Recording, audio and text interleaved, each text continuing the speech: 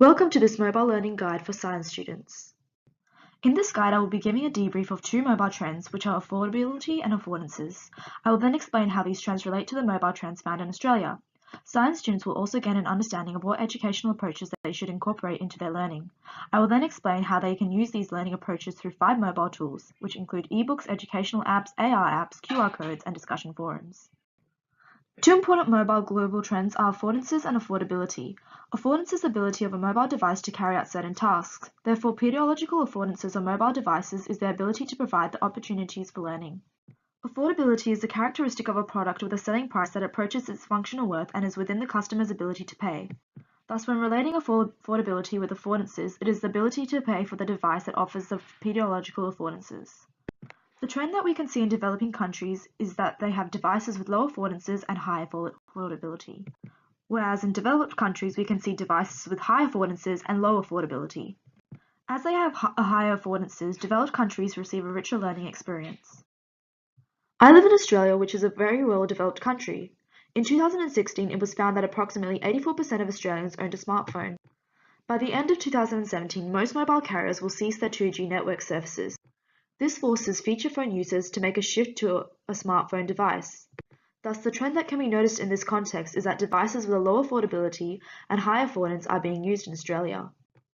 The many affordances that come with these devices promote an effective learning environment for students. There are many different learning approaches which science students can adopt. These include information transmission, behaviorism, social constructivism, situated learning, and embodied learning.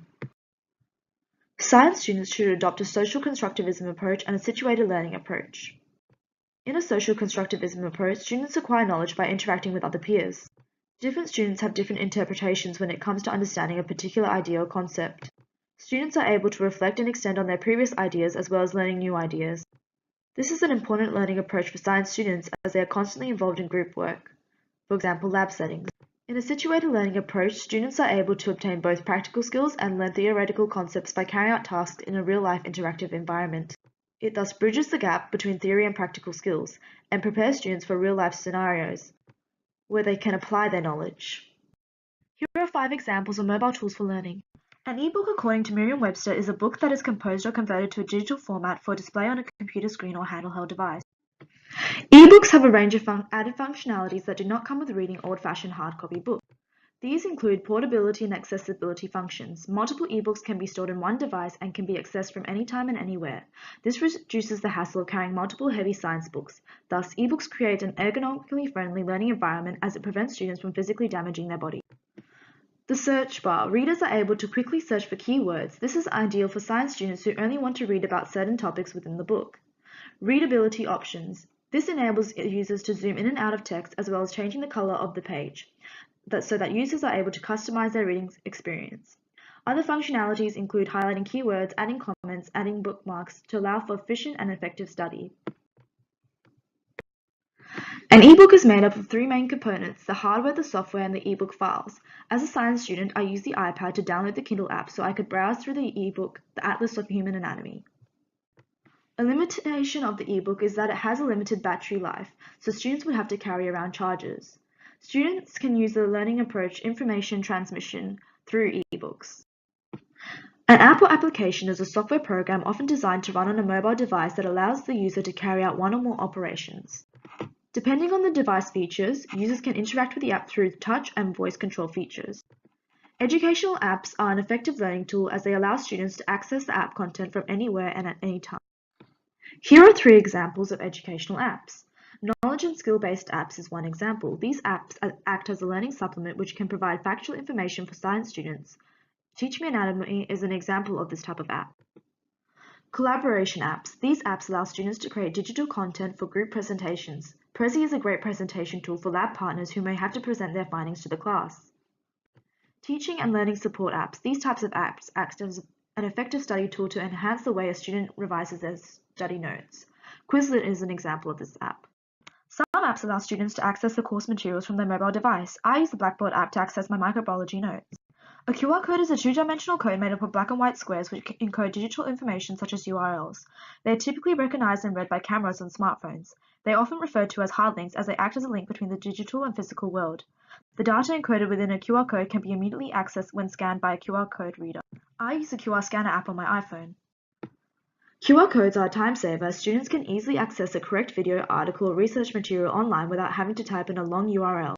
And it saves the teacher time explaining where to find this information. Students can collaborate and share notes with other students by creating and forwarding their QR codes so that classmates can be linked to the online notes. An example of a QR code generator is the QR Code Maker app.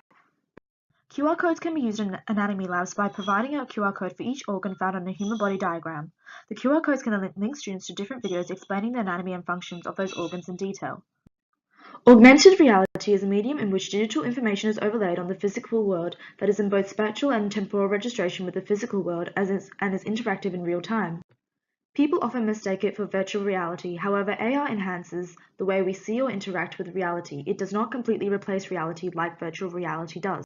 AR is a mixed reality environment where virtual content such as sound, speech, and text is overlaid over the real world in real time. There are many different augmented reality platforms. One way to access AR is through the use of smartphones, where users can experience an augmented reality by downloading the AR supporting apps.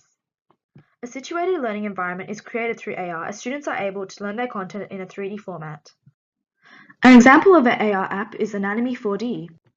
This is where users can aim their smartphones at an image target such as a heart, and the heart will pop up and start beating, enabling students to gain an interactive 4D experience.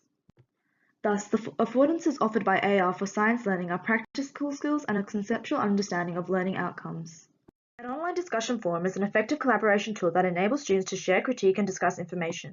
Online forums enable a social, constructivist approach to learning. Online forums promote participation as students do not need to talk face-to-face, which may be intimidating for some students. Students can post information on the online forum and other peers can post comments in response to this information.